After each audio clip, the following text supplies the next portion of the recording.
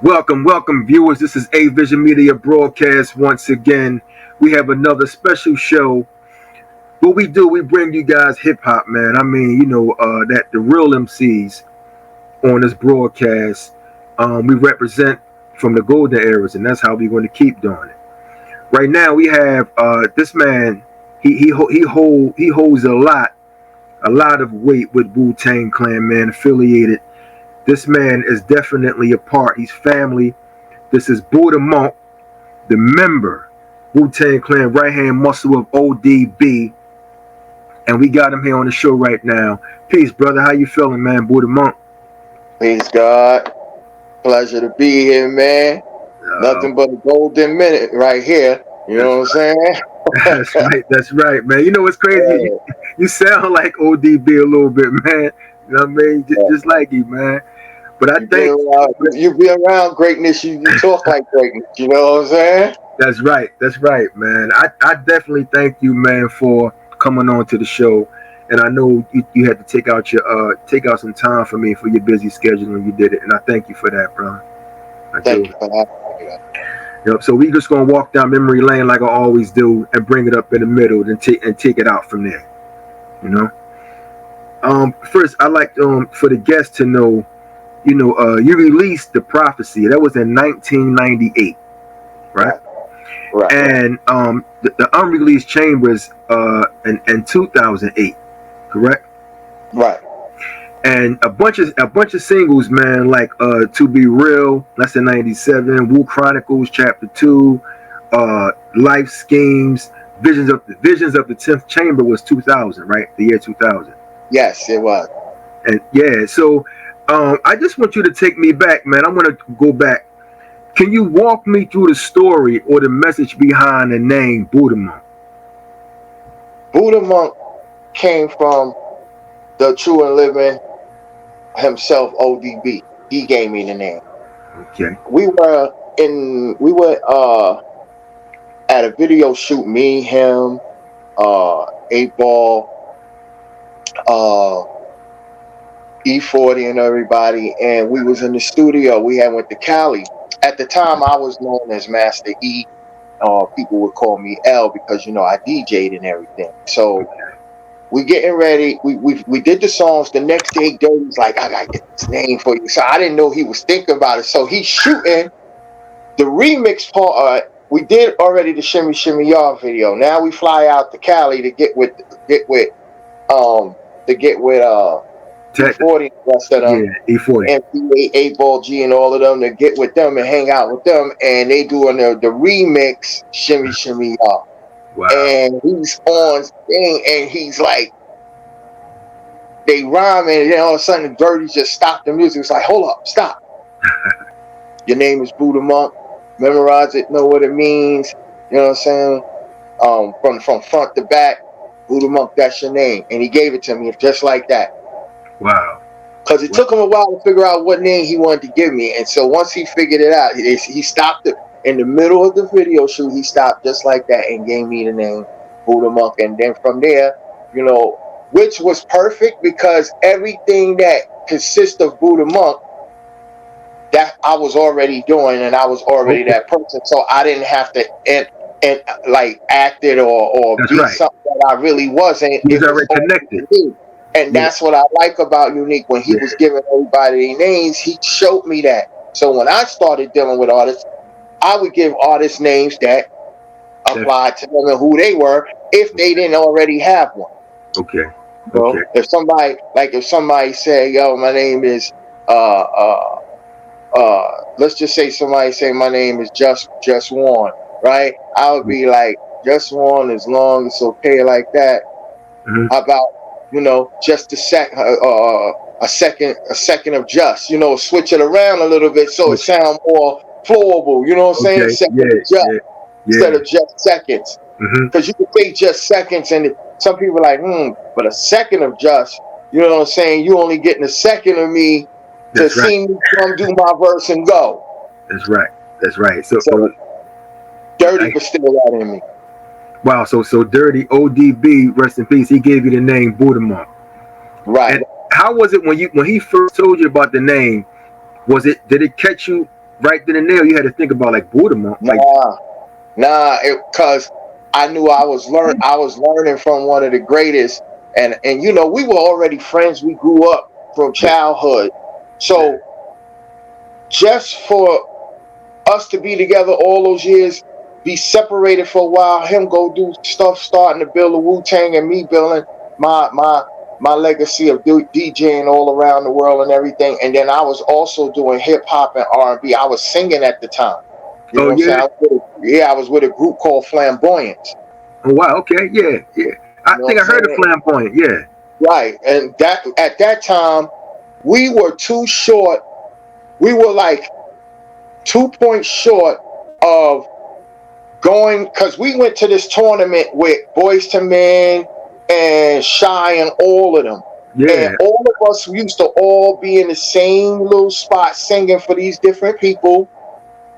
Wow. And if they like what you did, you go. We lost by 2 points, but we was in the same bracket with Shy and Silk and all of them. But even though they got the deals, they still would have us open up for them at For them. different places.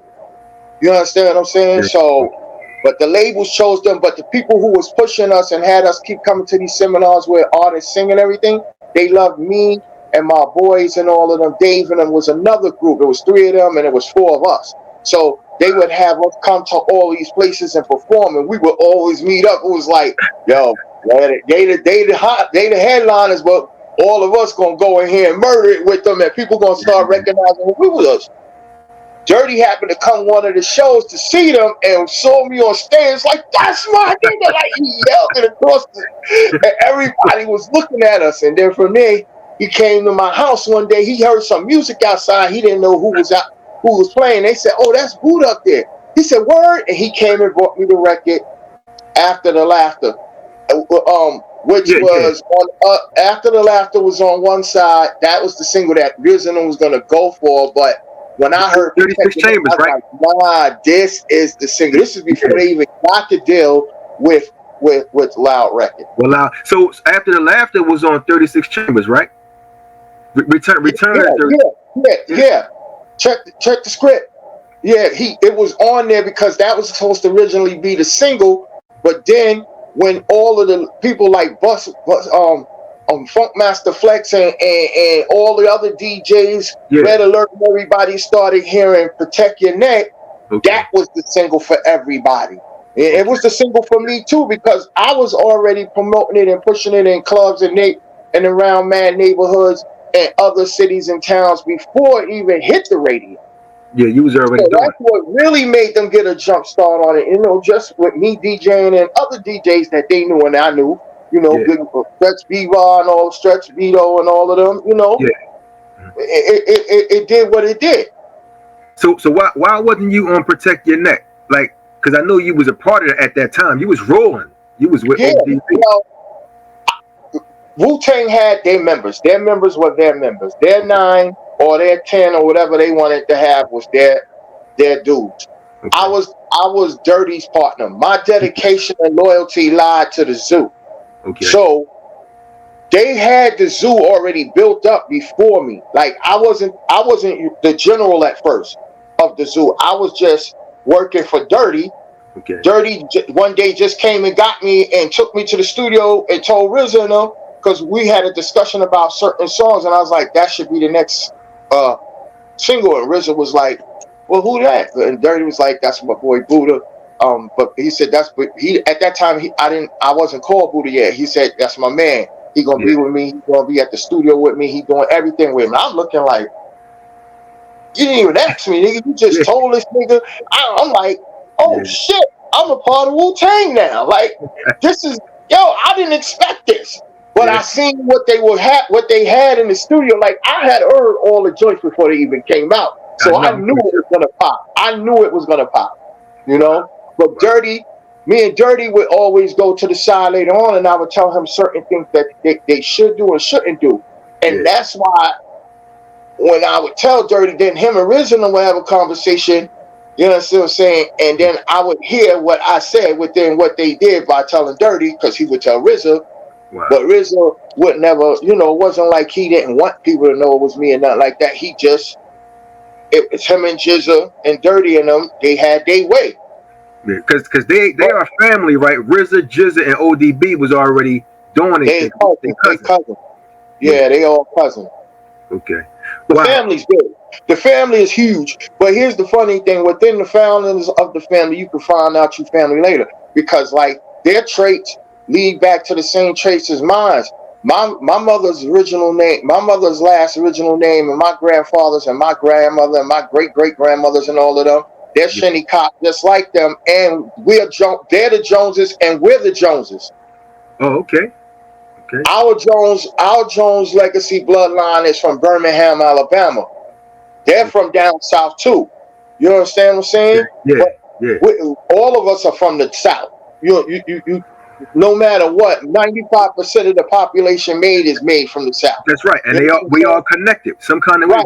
You know what I'm saying? You know how Plymouth Rock. We landed on Plymouth Rock. Plymouth Rock ain't land on us, so they started spreading us out because it was too much to keep a bunch of black people in one vicinity. One area. You're right. So, and they didn't want us to see that how strong our traits was as one. That's right. So they tried to take the best part and make it the poor part by separating us. Yeah, you're right. That's right. You know? Wow. But they're Joneses and our bloodlines is Joneses. So through all of that, we know that we're family. And it's like certain things, you know, like you ever been at a party with a bunch of people and y'all all do the same shit? Y'all all act the same way? Y'all all talk the same way? Y'all laugh the same way? Y'all like the same stuff? Y'all all don't mess with those people over there? Right. When all of that, when all of those electrons get protons and electrons get together, you see that, that's A alike. You be like, yeah, man, you gotta be my family, man. Then you start asking questions. Who's your family? Who's your family? Similarities, yeah. Let's go back and look at the tree. That's right. That's our cousin. You part of our family. And that's how you find out. Like, no wonder we like that. It ain't because you're zodiac, it's because your bloodline. That's right. You're right. You never know who you might be related to. You know, if you do that what is it called? The tree, the bloodline tree thing. Yeah, you never know life. I could be related to you. I could be related to you because the traits are carried on and names have been given different names to disguise who we really are. I mean, you know, they infiltrated us and they tried to separate us by giving us different names. You understand what I'm saying? That's right, they did, and they only thing they tried to do was make us all believe in one belief that they were the gods and we were the slaves, and we wasn't having that because, as you can look at right now, 95% of the sports world and everything else, hip hop and all that, we control that. Our blood is showing how this, like, we sell the most records, money, and everything around the world more than they do. They sell. But they don't sell as much as Michael Jackson, one of the highest sellers. Highest selling artist. You're right. There you go. You know, and I'm glad things opening up now. Everybody's starting to become awake. There's a lot of us still aware of it, right? Aware, man, but it's coming out now. It took a long time, and some people still sleepwalking. But you know, the worst thing they haven't done yet, and I hope that this travels. Like a lot of people start thinking. The only thing I don't like about this industry is that they don't give enough credit to the affiliations or the people who help the main artists get there. That's right. They should have a television show or a platform where like Spliff Star, me, Rusty Jugs, or you know, whoever used to be down with Pushnickens, whoever used to be down with Tribe Called Quest behind the scenes, helping them, whether they was in the studios, they should have a platform for them to tell the other stories that they don't get. Because, see, everybody just want to know about the main artist's music. They don't want to know the backstories, and usually you get the backstories because the affiliates remember all of this, because they were the ones who helped to keep that chemistry together while the other person was getting all the light. That's right. And I think that would be dope, we need man. a platform now. We need to have the artists. We should have a BET thing situation set up to where as the main artists come out and give a plaque to the To people the that ones that helped help them them. get that way. That's right. Because those are the ones who are forgotten about. They don't mention those that helped them get on. So Not at all. that would be definitely something good to do. Yeah, unless you like artists like us that's continuously doing music and pushing. See, most people you see doing music, they want hit wonders. I got albums. I got albums. I got record sales. I didn't just sell one song. You understand what I'm saying? If I only sold one song and did 20 albums, then I would be a failure. You understand what I'm saying? That's right. Yeah. But God has given me a lane underground and above the top for people to acknowledge who I am. I walk up into a lot of these clubs today. You can't even get noticed when you walk up in these clubs. But I walk up to these clubs, people be like, "Oh, that's Buddha Monk, That's man." good enough. Yeah. Or even if they didn't know I was Buddha Monk, when they see me, automatically the people were like, "Hey, how you doing? I'm such and such. It's finally an honor to meet you. Like I never knew who you was, but I've always heard the name or seen your logo somewhere." That's And right. it makes you feel good because it's like my work is done, you know. That's right. So, Yeah, because now you're known. People recognize who you are, and they right, recognize the work you put in over the years. yeah, that's right. And you think that they didn't watch, then you got to realize they are older now, but they remember those videos and they remember like your name flashing across the screen or you being on yo MTV MTV rap, Raps, Rap have a City. scenario, Rap Yeah. City and all that. You see what I'm saying? So You know what I found surprising though, Mom, I'm surprised that you were in a singing group called Flamboyant. What was the hit? I know y'all had a few hits. What was the hit song that y'all came up with at that time? yo, I can't even remember. We Oh, had so many. We had yeah, so many. Uh, we had so many. The funny part about it was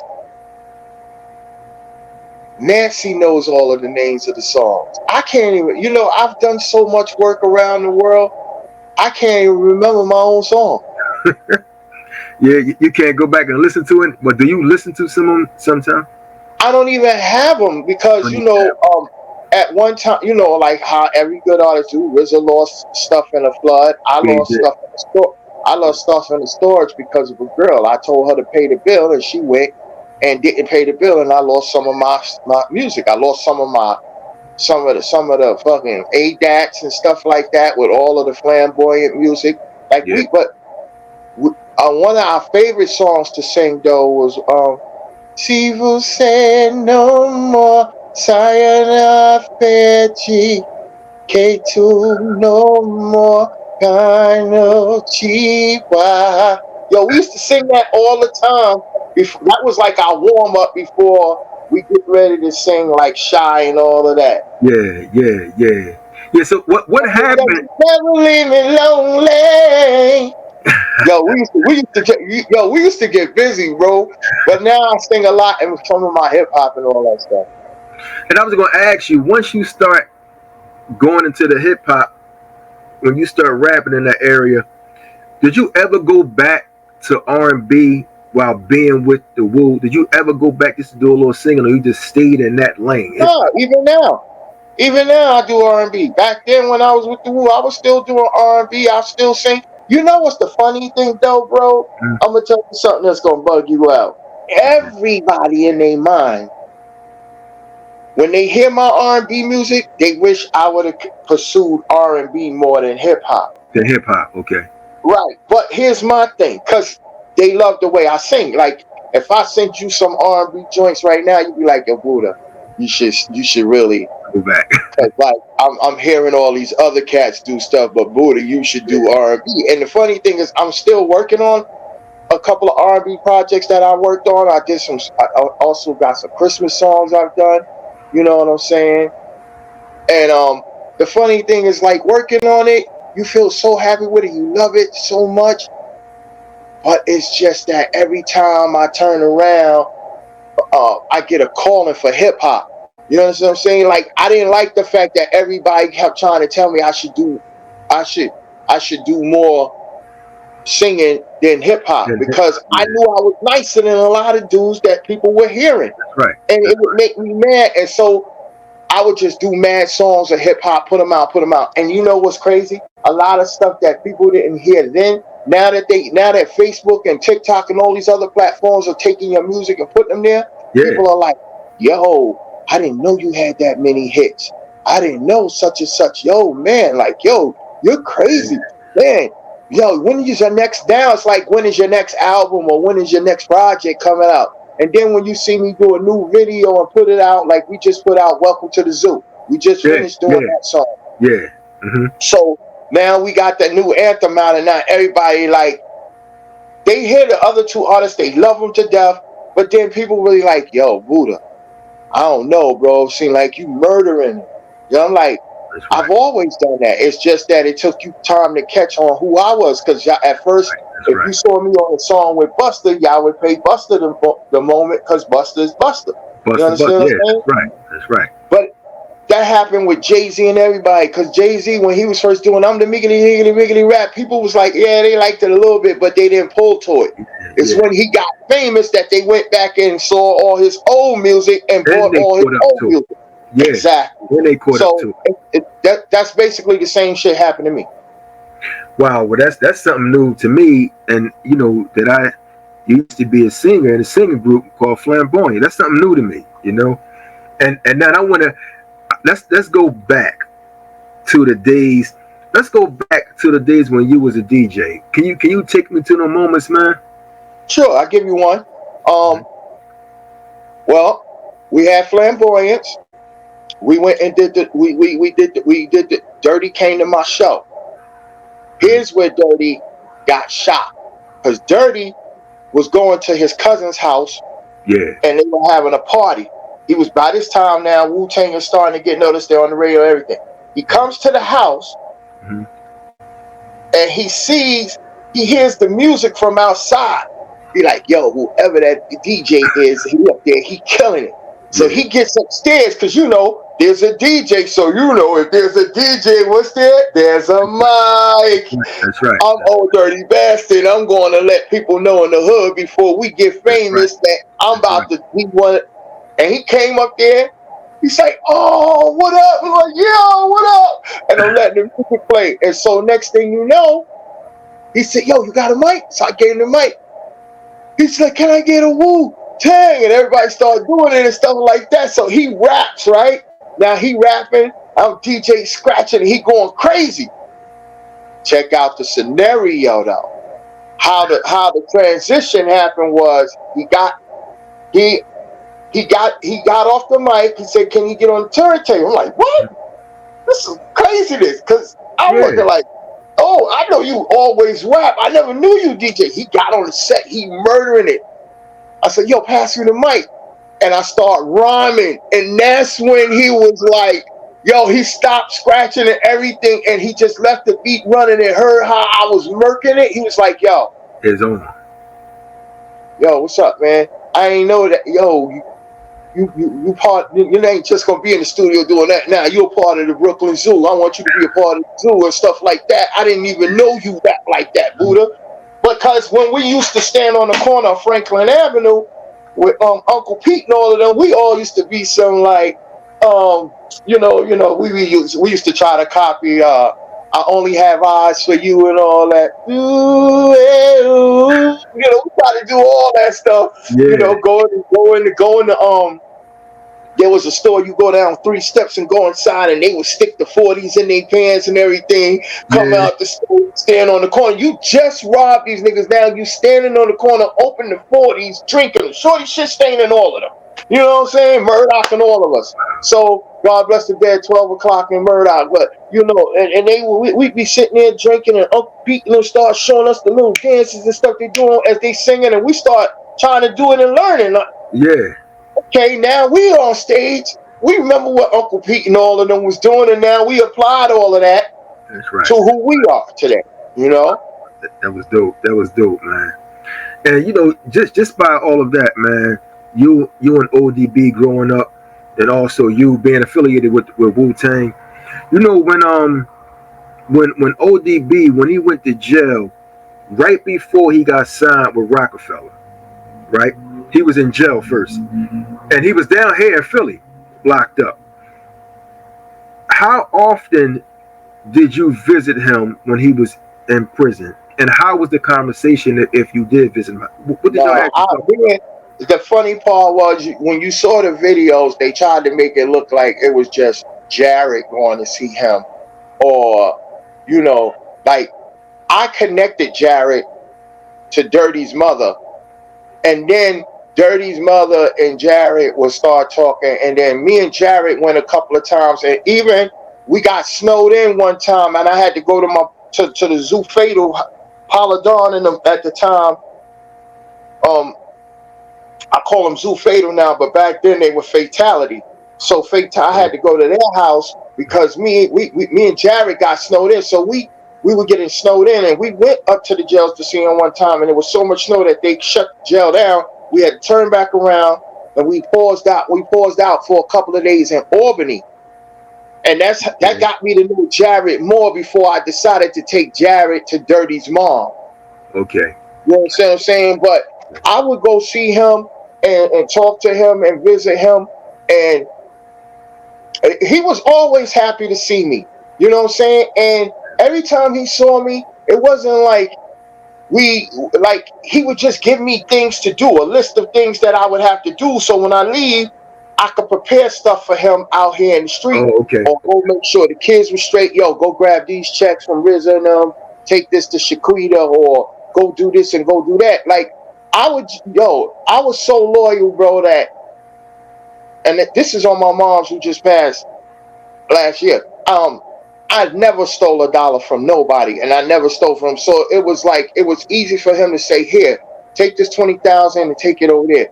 I could have took it and just ran with it. Yeah. You understand what I'm saying? But loyalty is hard to come by these days. You understand what I'm saying? It's like, but if you got somebody telling these stories like how you act it, and it gets presented, it starts to change the world, and the world be like, yo, loyalty can't exist if you know how to be loyal to yourself first. So seeing him in the jails and knowing that he couldn't get to the point to do what he had to do, somebody had to be there for him. You know what I'm saying? I know he had other people coming to see him, and other dudes that he was having claims, like Bo on them, his claim to be his manager. But I'm basically managed a lot of stuff for him, and like me, Jared, and Mommy knew what Dirty needed. Everybody else just needed Dirty, but we knew what Dirty needed. You understand what I'm saying? There's a difference from the world thinking what Dirty may need and what the people that's with him every day know what he needs. Yeah. You're right, man. You're right. Absolutely, man. And I know that was hard for everybody because O.D.B was like that puzzle for the Wu. You know, everybody play a major part in the Wu, but when you lose one, it's like Public Enemy losing Flavor Flav. Yes, sir. You know what I mean? That's exactly what it is. And it's a hassle, bro. It's an everyday hassle. You just don't know. You never know what you got to do to try to keep, just to keep hoping, faith alive to everything that's trying to make this person an artist. And it's so many units, so many components that have to be put together so that the artist who's trying to be the artist can remain to be an artist while everything else around him doesn't crumble. And people are getting it a little bit right now. Because I remember everybody used to just mention Buster all the time. But they never mention Split Star. Yeah. But now, when you hear people talk, they say Buster and Split Star. That's right. Now, they use them together. Buster was the first one to ever say Buster and Buddha Monk. Okay. I mean, Dirty and Buddha Monk. Buster was the first one to start telling people, well, when you seen Dirty and Buddha Monk on stage, you wanted to do something like that. You understand what I'm saying? Because their chemistry, because to be honest with you, nobody had a chemistry like me and Dirty on stage.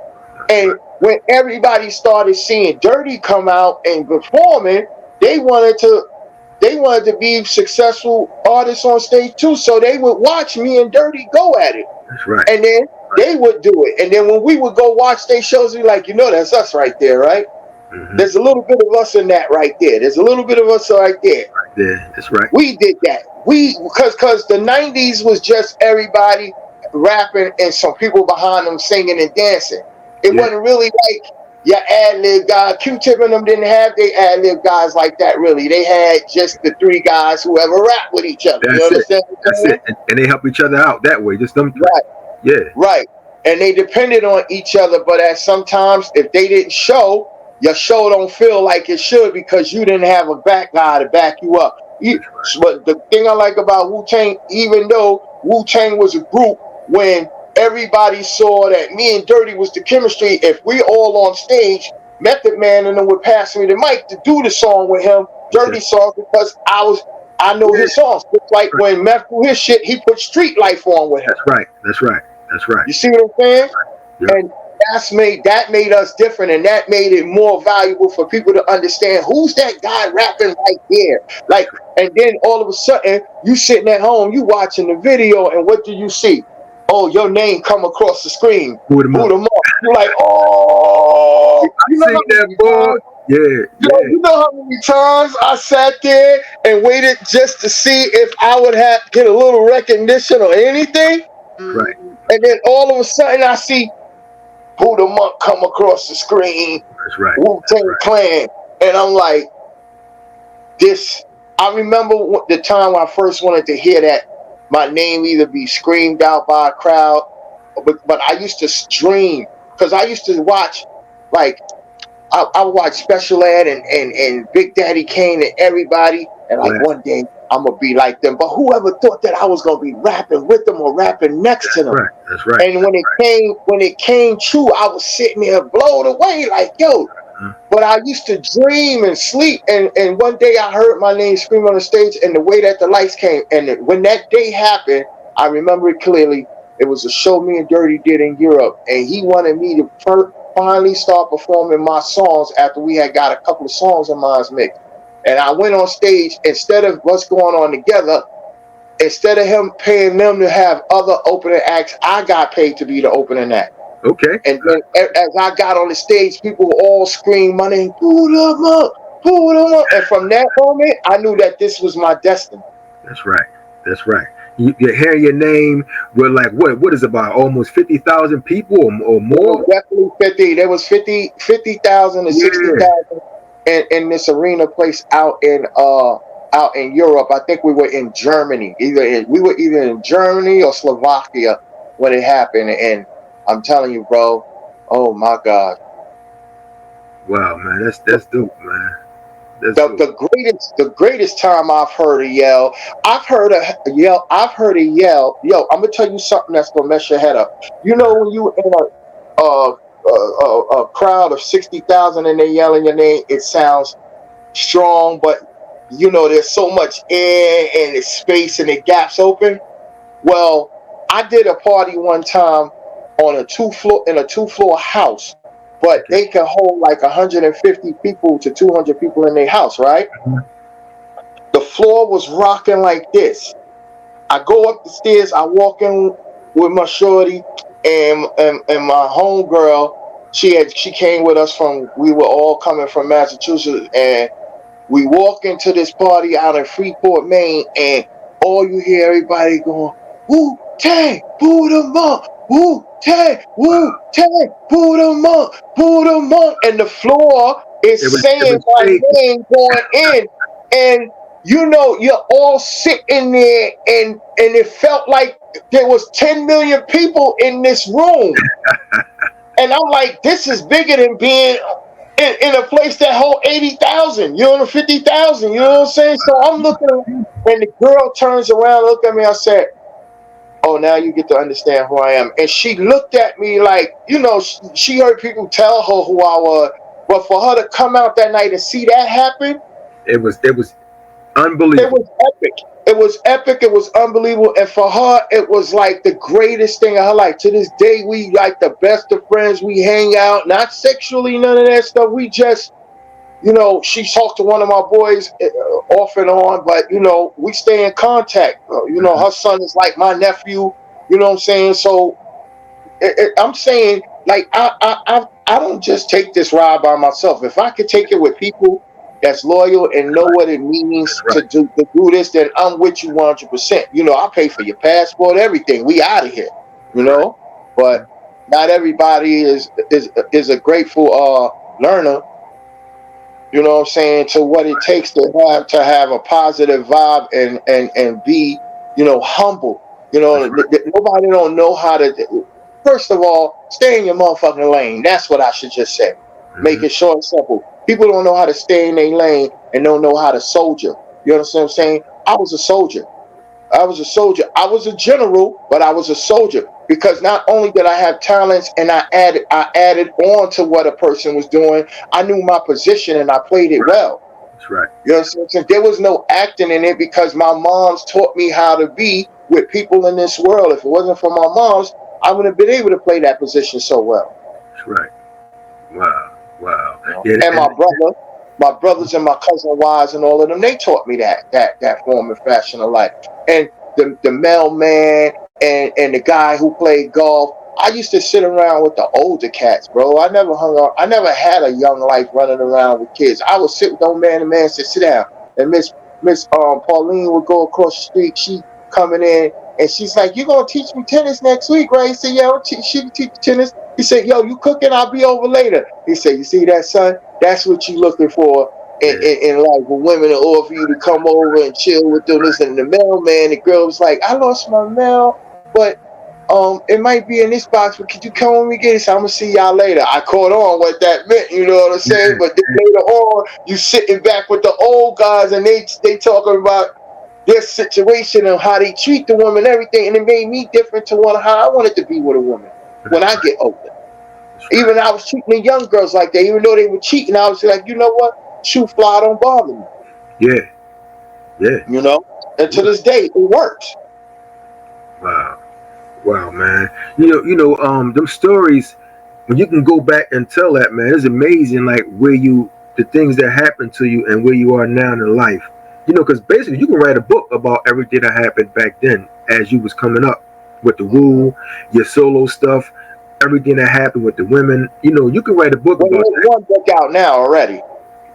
There you go. Yeah. It was bought by HarperCollins. The name of the book is called um uh oh my God, hold on. Uh The Dirty Version by Mickey Hess and Buddha Monk. Okay. Mickey Hess was a college student. He was a teacher for teaching hip hop to children and like one of these high colleges out there in Jersey. It was like maybe the number one college. But Hmm. he's teaching out there, and he had some points that he wanted to do. So I was looking at the time for somebody to help me write the book, and by storm, God just brought this man to me. He took me out to lunch, and then he popped the question Okay. like we got married.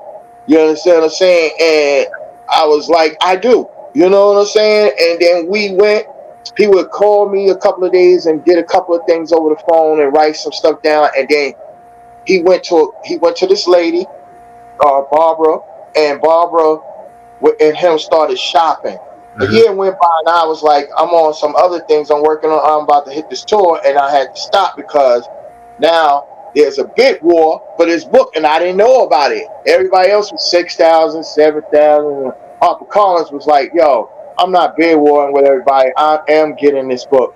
Yo, let's start this book off with 150,000. Here, y'all take that.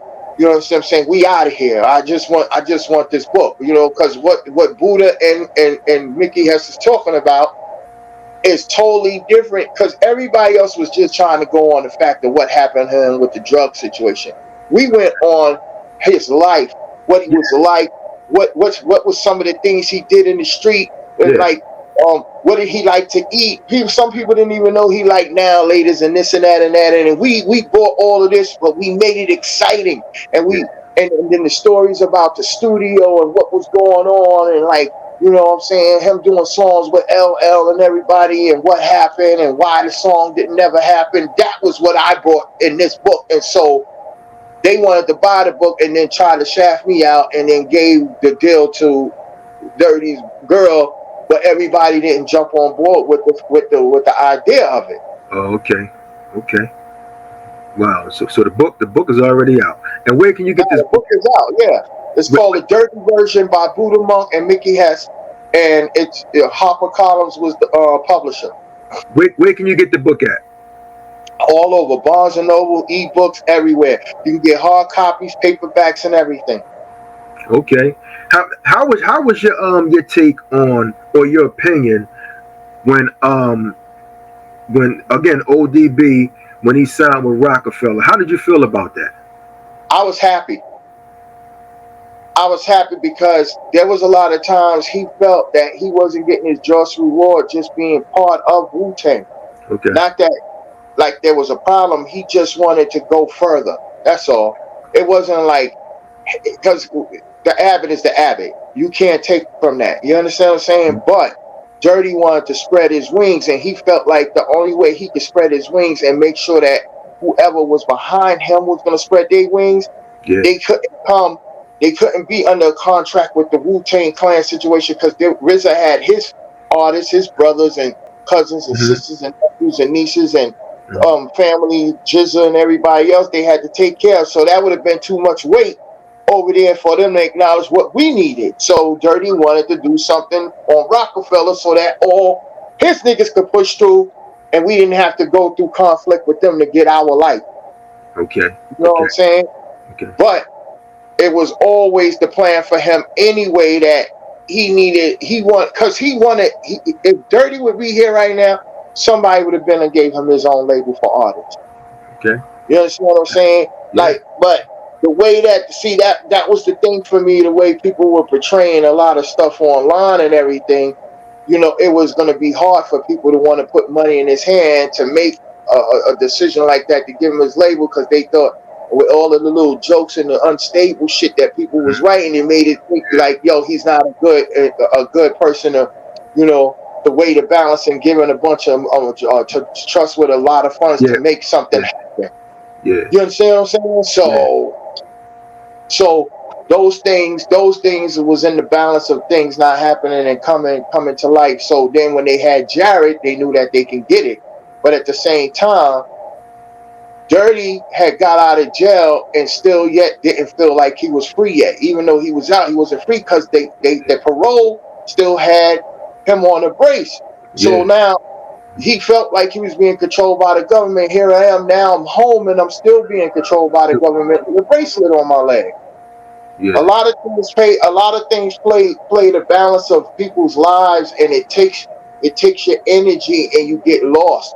If you're not strong enough to continue to go on without realizing that people are pulling your soul in slowly but surely, you will definitely be lost in the sauce. That's right. And Dirty was a fighting battle for him every day. Like, you go to sleep, you thinking about it. You wake up, you seeing it. You gotta figure a way to get away from all of this. It wasn't never easy. Mm-hmm. As far as your album and your music, did the RZA do anything on your music or produced anything? No, nah. I never. I'm gonna be honest with you. Like, actually, yeah, he did. He produced a couple of the joints for the Brooklyn Zu album that we did. Okay. He produced a couple of those joints. He did. He produced what, 3 of them? And he had actually produced a couple of songs, and he had actually gave a folder to 12 o'clock, but he was like, listen, I don't want nobody to touch this production but Boot 'em Up. That's the only person could touch my production. And so they sent the tracks over to me. Yeah. And then I did a little chop and screw to fix in certain places to fix to certain people. Jizza got on one, Master Killer got on one. We did the Brooklyn Zu album and stuff like that. Yeah, but he for the Brooklyn Zu album he did, but not my personal albums. No, I never asked him, because I used to produce them. Dirty had gave me my first ASR 10, and he wanted me. Me and my cousin used to, Marcus Logan, we did Gott's Like Come On Through song. Like, we produced that. And we were already producing ourselves, and I was giving Dirty tracks for his new albums that he was working on. So Dirty was like, yo, when he gave me the ASR 10, he wanted me not to be Riz or anybody else. He wanted me to be better if I could be. You know, it wasn't a challenge for me, but he said it like, I want you, you know, Riz and them is doing what they do. I want you to make better music and do other stuff Yeah, outside of that Wu-Tang element that we're going to need later on. And that's, and I understood that. And that was the thing. Every time he gave me something to do, I can handle a task with no problem. You yeah, know, oh, here, DJ, oh, rap, oh, here, go into Sylvia Rome's office and give her a list of demands on what we need for this album and this and that. Go talk to the A&Rs. I'm gonna go over here and handle business wisdom. You take care of the old dirty bastard business. Okay, cool. And I did that. I did that well. So you know, me making beats was just another thing that I had to do for us in the Brooklyn Zoo. yeah. That was just something else you had to do, basically. That was it. Right. Wow, wow. Okay, well, it's a good thing that you did get some music. You know, even if you did produce a track for O.D.B. Like for instance, Snakes. Were you at the end of Snakes? Yeah. Uh, and you were saying, what I say, what I shall. That was you saying Yeah. that? Yeah. Yeah. Yeah. Lyrics forever rated, 12 gauge can't penetrate it. When I come with the roughness, man, niggas try to rush this. Yeah, Slip into my elements. There's rain, sleet, and hell mix. One of the tracks of this mix is Yaku Grafted 6. Calm for the skill. My mental style gets ill when I drop the crazy skills. Brother say, yo, Buddha chill. You know what I'm saying? I still remember it, yo. Surprisingly, I still remember that one. can you? Hey, see, that's hip hop. That's not R&B. Yeah, yeah. That was banging. That was dope, man. Can you take me back to that studio session when he was making that his album? Man, when we heard that, he started and all this other kind of stuff. It was and him, Killer Priest, and I think whoever else was on it. I think their verses were already on it, like Master Killer, and Yeah, I Rick think Wild was on Jizzo. there, Meth was on Yeah, there. yeah. Yeah, Some of their verses. I think he had already did it. Electra had got the reels and sent it over from Electra to the studio. So when we got there, it was me, him, Killer Priest dropping, and we was just like, yo, them niggas came off. We got to make sure we come off on this, you yeah, know. The only thing I never did like about that song is when he was like, RZA was doing the elements on how everybody else was a snake, but and then he said, now number two, practice the snake style. You know what I'm he saying? was But it on. was like I wasn't as strong as the rest of them yet. And I hated that he labeled it like that, but everybody else didn't catch it like that, but I caught it like that, and it stuck to my heart like, yo, you didn't see me like you see everybody yet. Wow, You understand what I'm I didn't catch that. I thought it was something dope that RZA was doing with the karate flick. saying? Yeah, I thought so too. Because at that time, I was a student, I was a pupil, but I didn't want it to be said like that because I just brought it to your attention. Now, whoever you got on your platform going to probably like, oh shit, you know what I'm saying? But for me, that was a stepping stone. I didn't like. I felt I got stepped on a little bit by that little. You know, the way he did it, it came off perfect. And then I said, yeah, lyrics never rated, and it came off all right, but I didn't like it. But he also, if you think about that, it says now number two, he practiced the snake style. He was known Right. as a snake stirrer, Yeah. and that Right. was all for you. Right. Right. Okay? That was all. But I still feel like it was a kick in the ass for a little bit. You know what I'm saying? It sounded good, but not all things sound like. Here it is, you dealing with one of the greatest minds of all times and making hip hop. He knew what the fuck he was doing when he put that shit there. Come on, he's the RZA. You know what I'm saying? Come on, man. Listen, no shade to the game, man. I keep it real, 100. That's why people realize when they talk to me, you gonna get the real. I felt like it was a slap on the wrist because I did lose a rap battle one time. He was there. He said something about it. I think he didn't like the fact, but I lost because the kid had jokes. As Okay. far as me lyrically burning the kid, I burnt his ass. But the crowd caught a little laughter at some of the jokes he made at the time. You know what I'm saying? So for RZA, I guess that was his point. But if you would have rapped against him, you didn't have a fat joke either, or any kind of joke towards that kid. So if you was just dropping lyrics, they would have liked you because you RZA. You was on television. They knowed you. The people like me. It's just that I didn't win. You understand what I'm saying? But in my heart and like Dirty Heart, I won. That's what made me go even harder after that. Yeah. Now I'm on everything. You understand what I'm saying? And I'm doing everything. And there's nothing you can do to say that I haven't earned this spot. Mm-hmm. Yeah. So Snakes, man. Snakes was one of your, joints. And whatever song you was on off that Return of the 36 Chambers album, it was Snakes. Protecting that to the Zoo. That's right, book. That's right. I was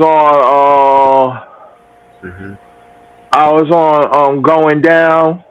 Like basically I'm all over the album because I was doing ad libs, I was doing talking, because that part was like, who's the baddest? Who's the baddest? Right? Who? Yeah, stuff like that. Yeah, that.